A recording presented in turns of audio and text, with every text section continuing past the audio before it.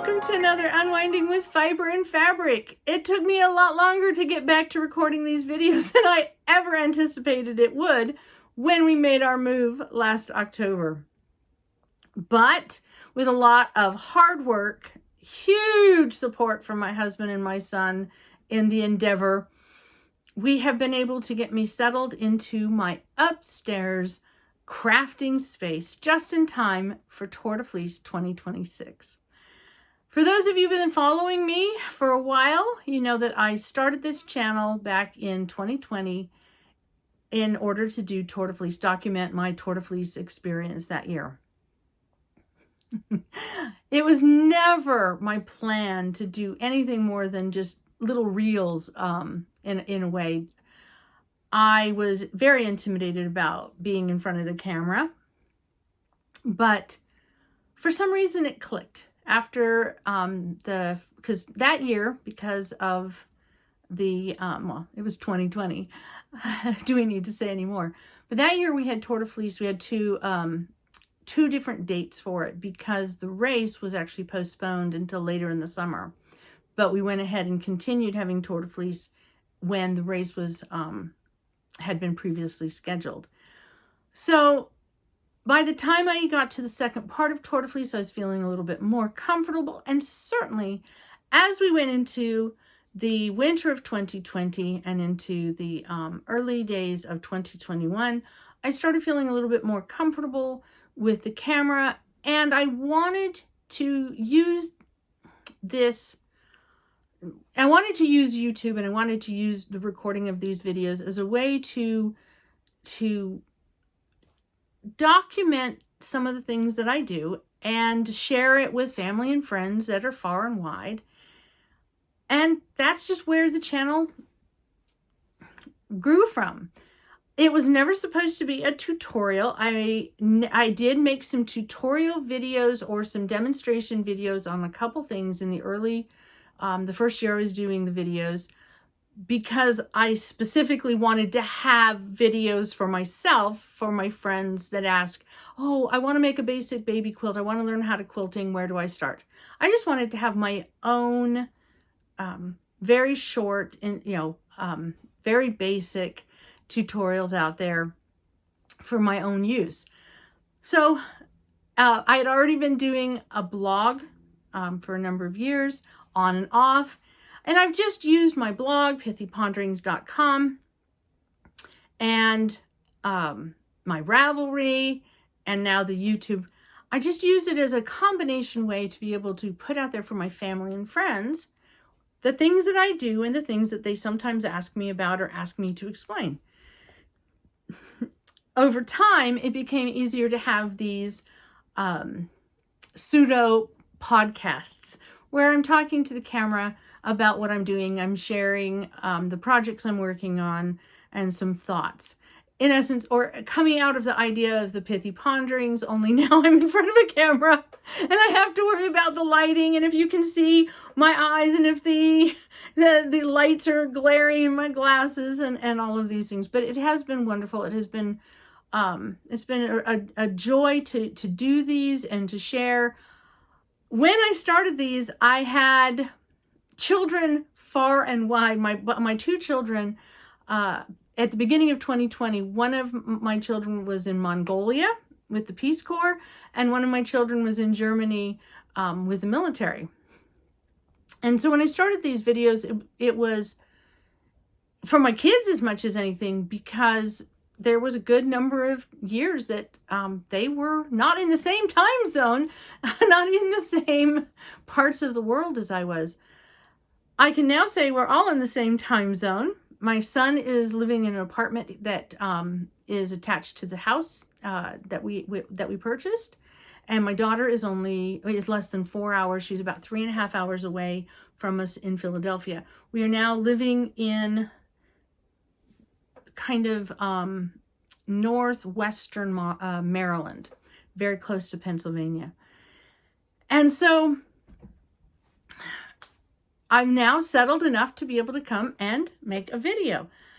I know one of the very first things that people will want to ask, and especially people who've been with me during this journey, is if I would share a little bit of my my crafting space.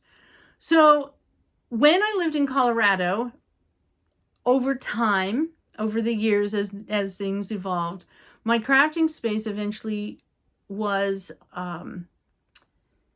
built up in our basement. We finished off, or partially finished off, an area of the basement, turned it into my sewing studio. My spinning wheels were all upstairs on the main floor, and I kind of crafted wherever we were watching TV or I was in my sewing room downstairs. When we moved to Virginia, the idea was the sunroom that we had was going to be my fiber studio. And even though I had downsized a lot of stuff, it wouldn't all fit into that sunroom. But by the time we moved, I had at least had the sewing room set up. And I'd had it set up very similar to what I'd had, a similar type of idea as to what I had when I was in Colorado. But moving here, the house that we have is a modified, it's a Cape Cod that the upstairs has had the back of the Cape Cod, the pointy part, bumped out. And this was done, this was probably done well before I was even on this planet. So the house was built in 1958. I believe the majority of the expansion, the garage, apartment, all of that happened probably in the early 60s when the house changed ownership. And the upstairs, that if they had just done the bump out and the apartment and connecting the house to the garage with this 2-story breezeway, oh, it would have been wonderful. It would have been really easy to move in. And hold on just a second. See, you know my cats, my little black one and my little orange one, the younger siblings.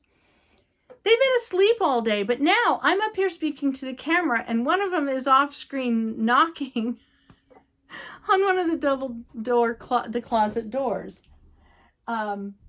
She has not paid any attention to that closet door at all until I am talking on the camera.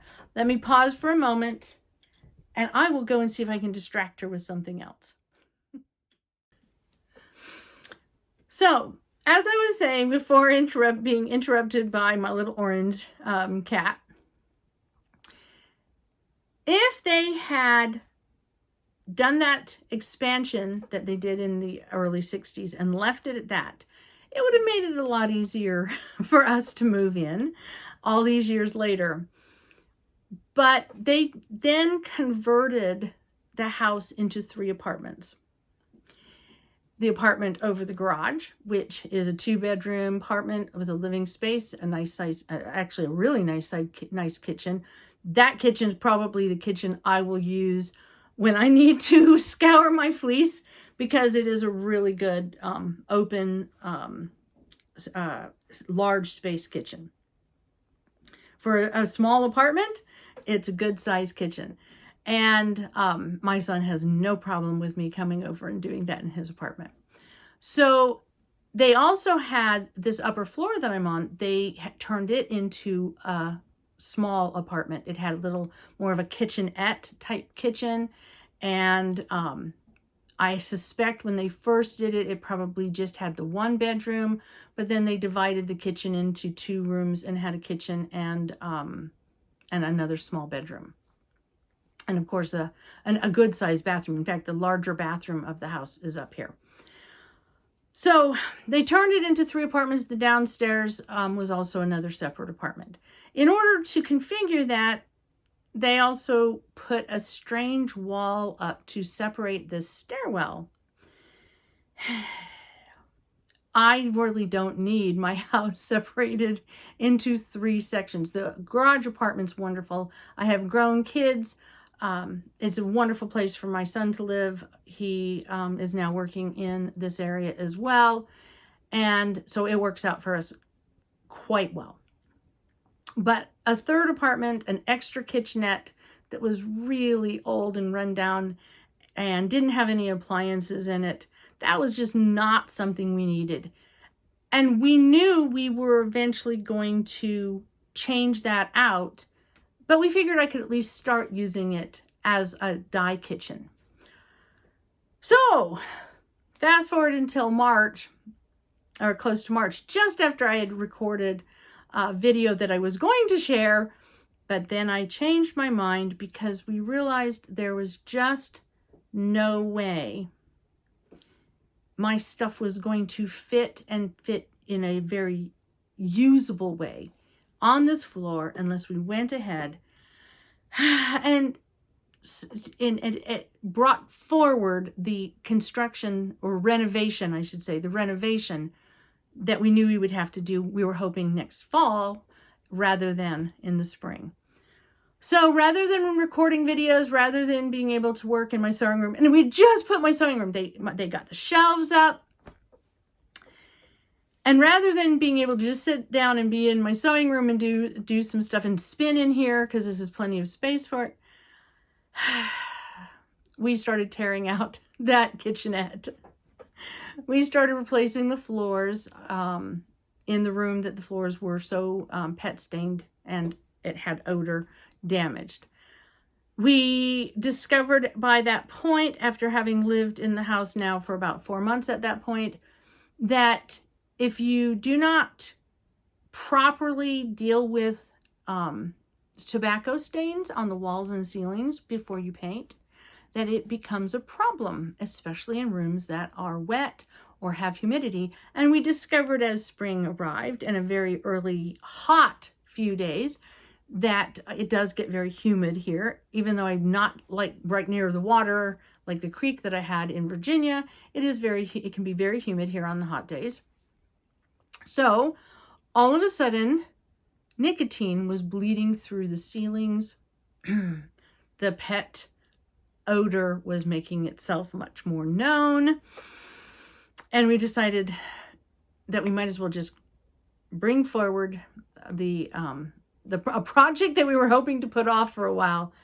And we dug in. So I'm going to show you some footage here of how this space has come together.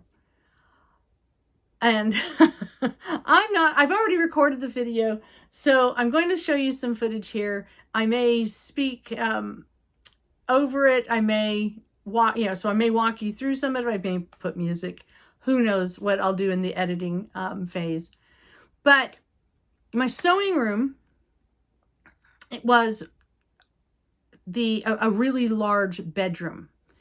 And I mean, it is a large, I thought maybe it was a living room. It is a large bedroom. It had room for 2 double door closets.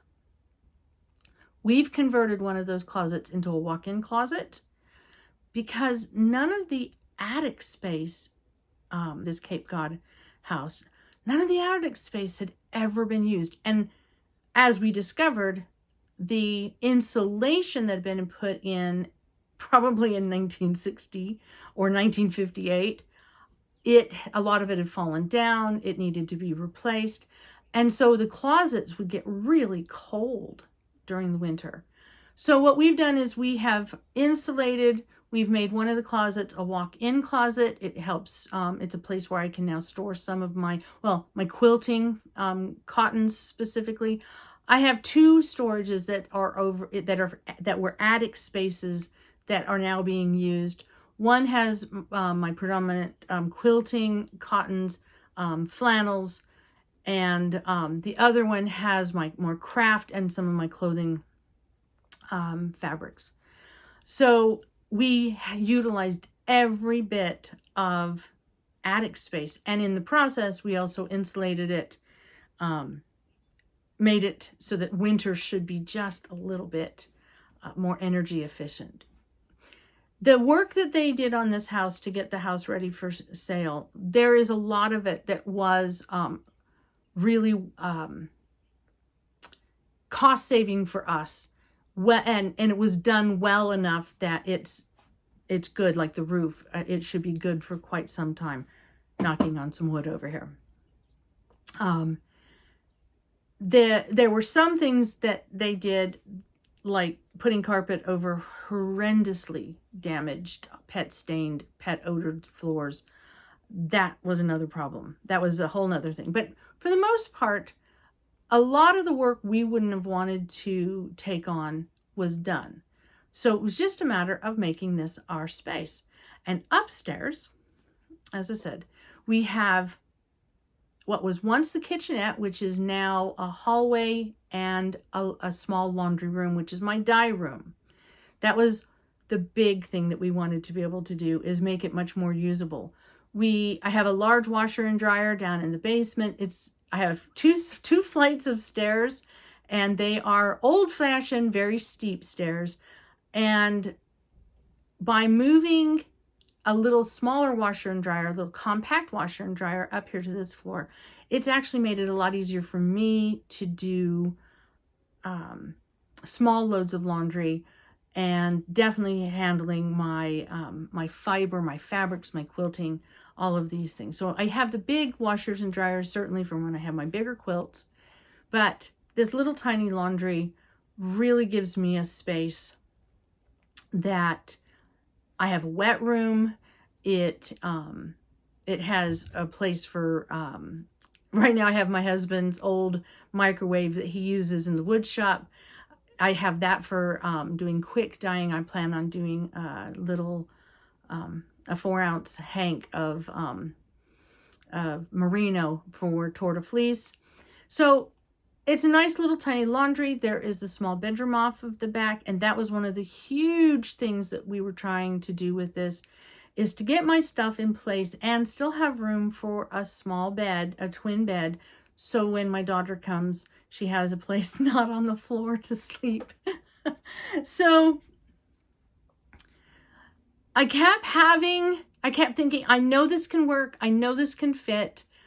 The only thing that has been a little bit that we had to make a little change to, my long arm quilting machine, I have it can go out to 12 feet long, but while the room does allow, there is enough space for 12 feet, it's a little bit more maneuverability in a tight space if we went down to just the 10-foot configuration. So that's one thing that I have adjusted from in the last house. But of course, in the last house, my long arms quilting machine was in the basement next to my food storage. Hold on one second. Yes, the orange kitty, and we do not want her having a little package of screws to play with. She is right behind the camera. The joys of recording with cats. So in the this breezeway, it's a 2-story breezeway. The downstairs is going to be configured for as a game music room with extra pantry type storage. But upstairs is my I have my fiber, I have my daughter's floor looms, I have my long arm quilting, and it fits. There were so many times there were so many times, even up to this past weekend when we were getting the long arm put together, so many times where I wasn't sure it was all going to fit in a way that could be utilized as I needed in range. One of the big things that we did is everything's on wheels. So all of my bins of fiber, all of my bins of fabric, they are on. We just got the little moving dollies, construction dollies, in essence, 4 little planks with wheels.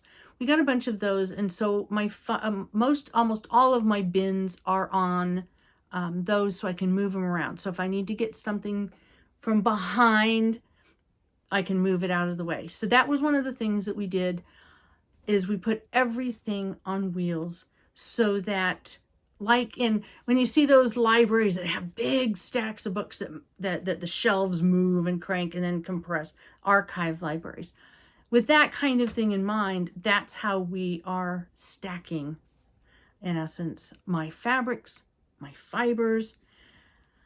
And we did manage to find space for, I have 2 pieces of furniture that don't necessarily fit in modern homes. They should fit in a home this age. They were pieces of furniture of my grandparents. They are not antiques. They are vintage, definitely, but they are not antiques. They don't have any kind of monetary value. They have other than sentimental value. And I really I've brought those with me now for over 30 years. I've traveled those with me from one home to another, and I have a small room that holds that furniture, has a spare bed, which is always very useful to have for me. Even though we have, in this house, one of the things that we wanted to do is finally get a couch. We've been living without a couch and just doing recliners while we were in Virginia. But we decided that, yeah, having a couch was kind of nice. My husband and I have spent a lot of time sprawled out, nearly passed out on the couch watching TV when we are exhausted at the end of the day. But I wanted an actual bed because there are times when my health makes it to where it's just really difficult for me to sleep the same hours as my husband or get comfortable. And knowing that I have a bed, another bed that I can use if I'm not doing well, that's been something I really did want to have. So we did manage to get it to fit. We did manage to tuck away. Are we done? No. Are there changes that will have to be made? Yes. Is it a bit of a tight fit? Certainly. And there's still a lot of painting. Even as I'm walking through with one of the videos, you can see that the stairwell going down to the main part of the house, the main living room, the paint's only half done because I am not going to paint stairs. I have been doing a lot of painting and I then use up all my spoons. But I've been trying to do the things I can help with. There are so many things I can no longer do that I have to rely on someone else to do for me. But I try really hard, even if it uses up too many spoons, even if it makes me hurt a whole lot, I do try to do as much as I can. And I have done, I've done plaster work, and I have done painting. I've done a lot of sweeping and cleaning, and I have really been tired. I have not been crafting. I haven't been spinning, and I'm looking forward to having this upcoming month dedicated to just regenerating, unwinding, regenerating, reconnecting, and and finding all of my crafting stuff. And that's what I'm hoping to be able to share with you during the Tour de Fleece, is the things that I'm working on, the things that I'm doing. I've missed being able to share the creativity and the thoughts and the finding joy through simple things. I haven't completely stopped crafting. I just haven't been crafting in such a way as to have video content. And that's one of the things that with this move and with all of the changes that have occurred and are still occurring, these videos were never about trying to have a huge following. They were never about trying to have a business. They've always just been about trying to share what I'm doing, share the joy of just everyday life with my family, my friends, and all of my extended world of people who follow, who want to feel connected to somebody. That's what 2020 YouTube gave me, is I felt connected. I watched other people's videos, I made my own videos, and I felt connected. And that's not something that that I want to have disappear. If you notice, the light is changing. Another cat moment. I have a strip of under the cabinet lights over my cutting table, and they are motion censored. And my young black and white cat, Ringo, he got on the back of the chair and stood right at the sensor and was making the lights go up and down. I think this has been enough of an update. If I haven't spoke over the showing of the videos, I'll put them at the end, but I think I've probably spoken long enough to be able to fit in a few moments. It is a wonderful thing to be able, after all these years, to have my fabric and my fiber not only all inside the house, but also on the same floor. It's really wonderful that regardless of what the weather is, I can access it. I don't have to traipse through the backyard to a storage unit to get to my fiber. I don't have to move boxes or bins that are taller than I am. That's one of the wonderful things about turning making a walk-in closet. It's a steep slope. You can't really stand up except for right as you step in. But I don't have heavy bins stacked my height or taller, which is what I've had in the past. None of my stuff is more than 2 deep. The only thing that is more than 2 deep is really lightweight. Lightweight fiber, lightweight bins that have finished quilts in them, so they're very fluffy and they're not heavy. That is huge. Yes, in order to get to my stuff, I have to walk up old, steep stairs. And I have to be very careful on my bad days, but I'm getting stronger because I have to walk up and down those stairs.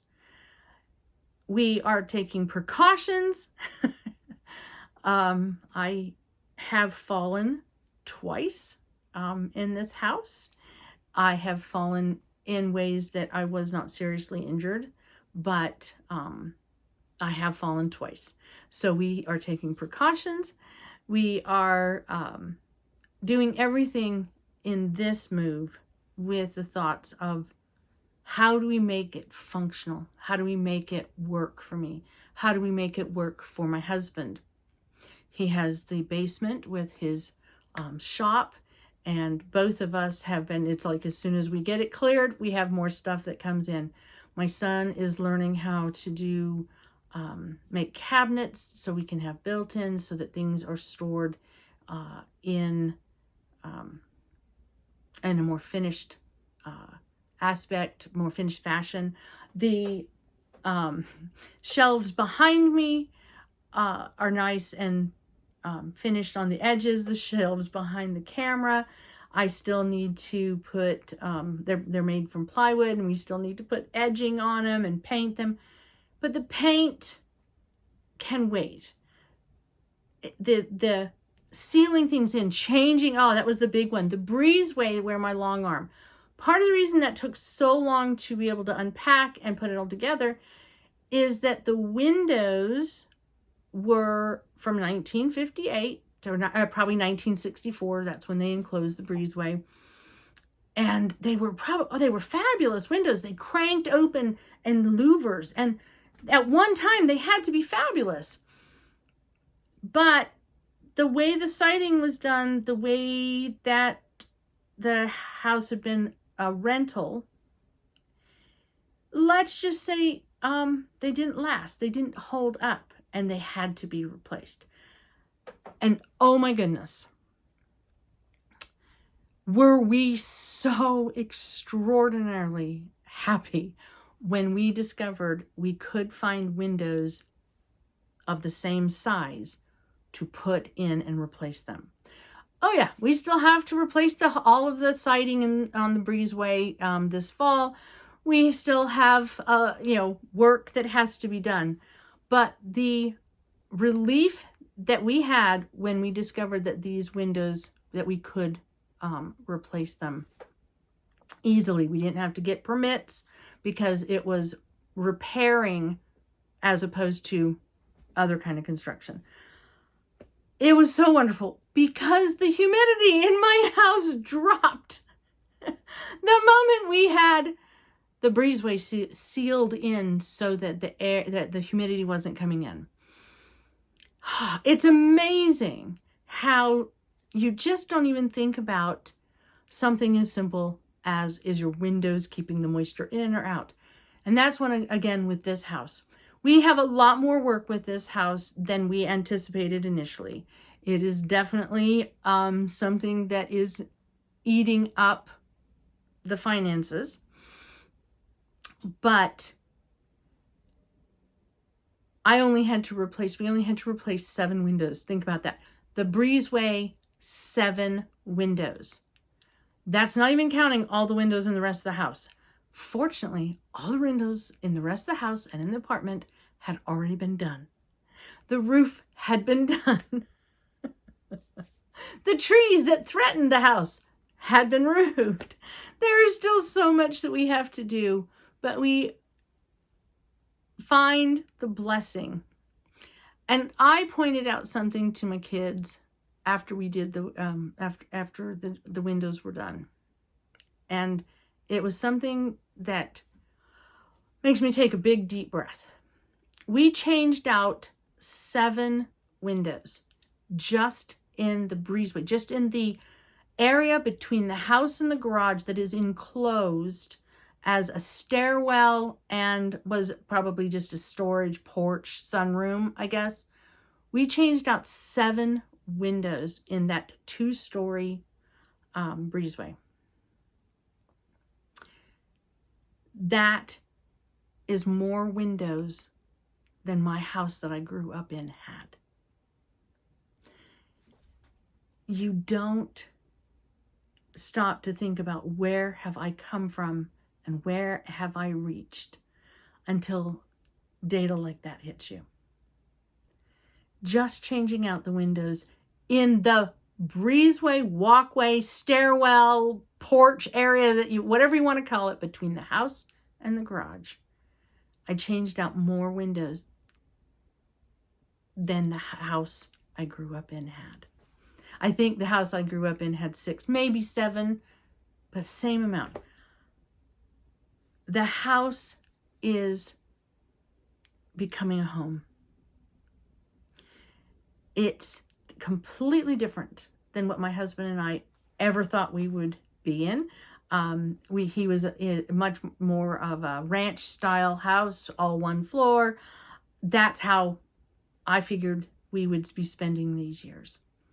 But this is a cute little house. We have a front porch that is delightful. We have a wonderfully quiet, wide street. It's like so 1950s America. Look. Little neighborhood. Out my back window is open space. It's a park space. And so with all of the challenges and all of the change, and there definitely have been a lot of those, there are all of these little tiny gems. There's things that you don't think about. I've had to buy curtains for all of those windows. I've had to get window unit air conditioners because there's no air conditioning. And most of the time it wouldn't be a problem, but it has been extraordinarily humid and I don't do well with the humidity. We look around and we see the challenges. Sometimes we see the piles of boxes and we see all of the work that has to be done and we're exhausted. But then we have these quiet moments that we sit down and we realize how blessed we are.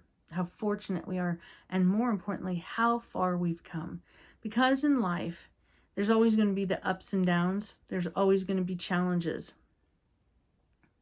Kind of like Tour de Fleece and the Tour de France.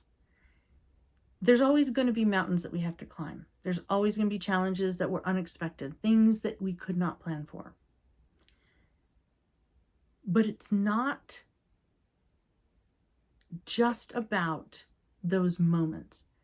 It's about seeing where we started and where we've arrived, and recognizing that the journey, with all those little pieces, some that are really hard to swallow, some that are much more enjoyable, that it is that journey of where we started and where we are going and where we are right now, that is that journey, that seeing the whole picture rather than only the moment.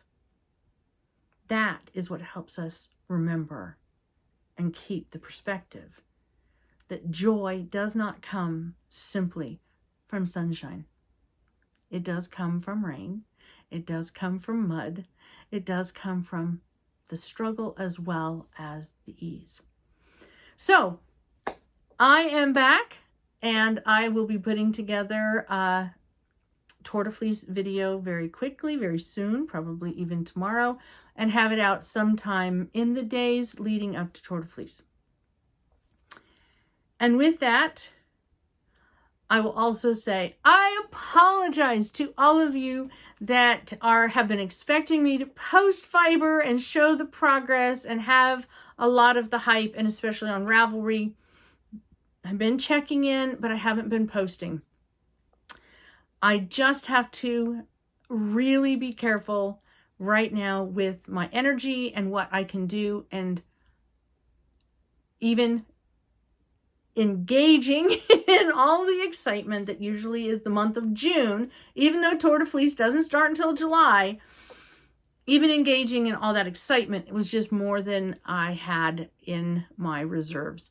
So I'm looking forward to taking pictures and getting on board with the excitement, and certainly spinning away in 2026, as well as getting good use out of my new crafting space.